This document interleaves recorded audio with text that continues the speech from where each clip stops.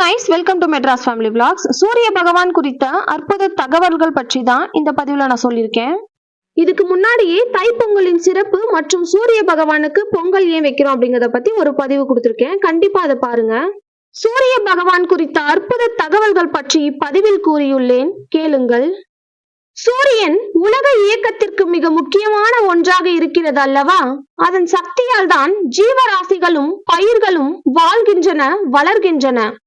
கோடை, குளிர், மழை போன்ற பருவங்களும் கூட சூரியனாலேயே ஏற்படுகின்றன. அத்தகைய சிறப்புமிக்க சூரியனை மனிதர்கள் வழிபாடு செய்வதை வழக்கமாக கொண்டுள்ளனர். சூரியனை வழிபடும் சமயத்திற்கு சவுமாரம் என்றும் பொருள் உண்டு. சூரிய பகவான் சிவபெருமானின் வலது கண்ணாக இருப்பதாக புராணங்கள் கூறுகின்றன. சூரியனை சிவனோடு ஒப்பிட்டு சிவசூரியன் என்றும், விஷ்ணுவோடு ஒப்பிட்டு சூரிய நாராயணர் என்றும் அழைப்பார்கள். சிவபெருமானை நோக்கி கடுமையான தவம் இருந்த சூரியன் கிரகப்பதம் எனும் பேரும் 1000 கிரகங்களோடு ஒளிமண்டலத்தில் உலா வரும் உயர்வையும் பெற்றார். சூரிய பகவான் மேஷம் முதல் மீனம் வரையிலான 12 ராசிகளுக்கும் செல்வார். அவர் ஒரு ராசியிலிருந்து அடுத்த ராசிக்கு செல்லும் பொழுதுதான் மாத பிறப்பு நிகழ்கிறது.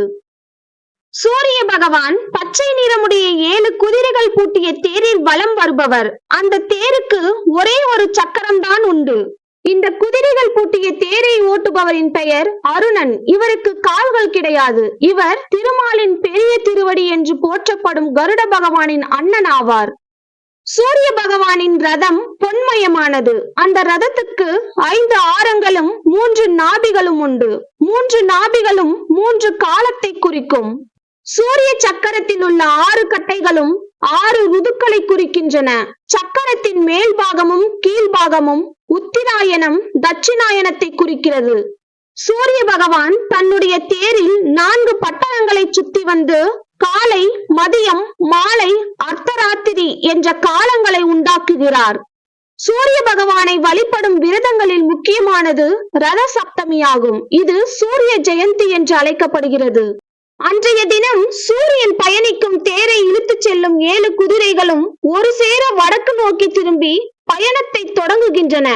இந்த இனிய நாளில் சூரிய உதயத்தில் எழுந்து புண்ணிய தீர்த்தங்களில் நீராடுவது என்பது மிகவும் சிறப்பு வாய்ந்ததாகும். கணவனை இழந்தவர்கள் இந்த விரதத்தை கடைபிடிப்பதால் அடுத்து வரும் பிறவிகளில் இந்த நிலை வராது என்று புராணங்கள் தெரிவிக்கின்றன. ரத சப்தமி விரதத்தை சூரிய உதயத்தில் தான் செய்ய வேண்டும். சர்க்கரை பொங்கல் மற்றும் உளுந்த வடை நிவேதனமாக படைத்து பூஜை செய்ய வேண்டும். கோதுமையால் செய்த சப்பாத்தி, சாதம் போன்றவற்றை பசுமாட்டிற்கு கொடுப்பது நல்ல பலனை தரும்.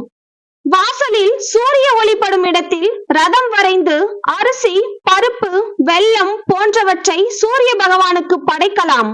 சூரிய உதயத்தின் போது குளித்து விரதம் அனுஷ்டித்தால் செல்வந்தராகலாம் என்கிறது புராணம்.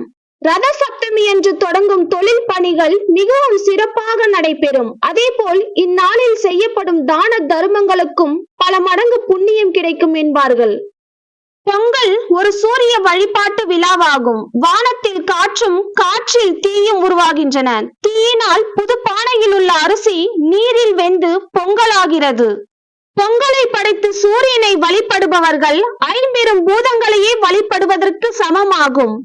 இந்த பூமியில் சூரிய வழிபாடு என்பது இன்று நேற்று ஏற்பட்டதல்ல. பல 1000 ஆண்டுகளுக்கு முன்பிருந்தே இந்த வழிபாட்டு முறையானது இருந்து வருகிறது. நம் நாடு சூரிய அக்னி மிகுந்த நாடு. பல நோய்களை சூரிய கிரகணங்கள் குணப்படுத்துவதாக வேதம் குறிப்பிடுகிறது. புராணங்களும் சூரியனின் புகழை பேசுகின்றன.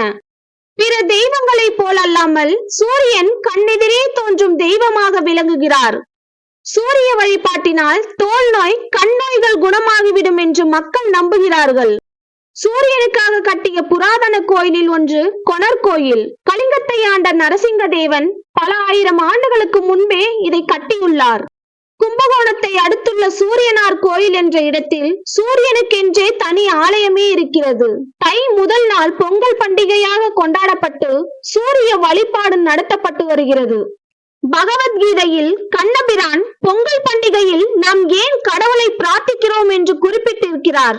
அந்த காலத்தில் ரிஷிகள் சூரியனின் ஒளியிலேயே ஈடுபட்டு வந்தார்கள். சூரிய கிரகணங்களை உயிர்மை என்றும் ஆயுளை வளர்க்கும் அன்னம் என்றும் கருதினார்கள். உலகுக்கே வெளிச்சம் தரும் சூரியனின் பெருமை இன்று சுருங்கி போய்விட்டது என்றாலும் பொங்கல் திருநாளில் மட்டும் தொன்று தொட்டு சூரியனை போற்றும் பழக்கம் இன்றும் தொடர்கிறது. இதை யாராலும் மறக்கவும் முடியாது, மறுக்கவும் முடியாது. இந்த பதிவு உங்களுக்கு பிடிச்சிருந்தா மெட்ராஸ் ஃபேமிலி விலாக்ஸ்க்கு சப்போர்ட் பண்ணி சப்ஸ்கிரைப் பண்ணிக்கோங்க. எல்லாருக்கும் அட்வான்ஸ் ஹாப்பி பொங்கல். தேங்க்யூ.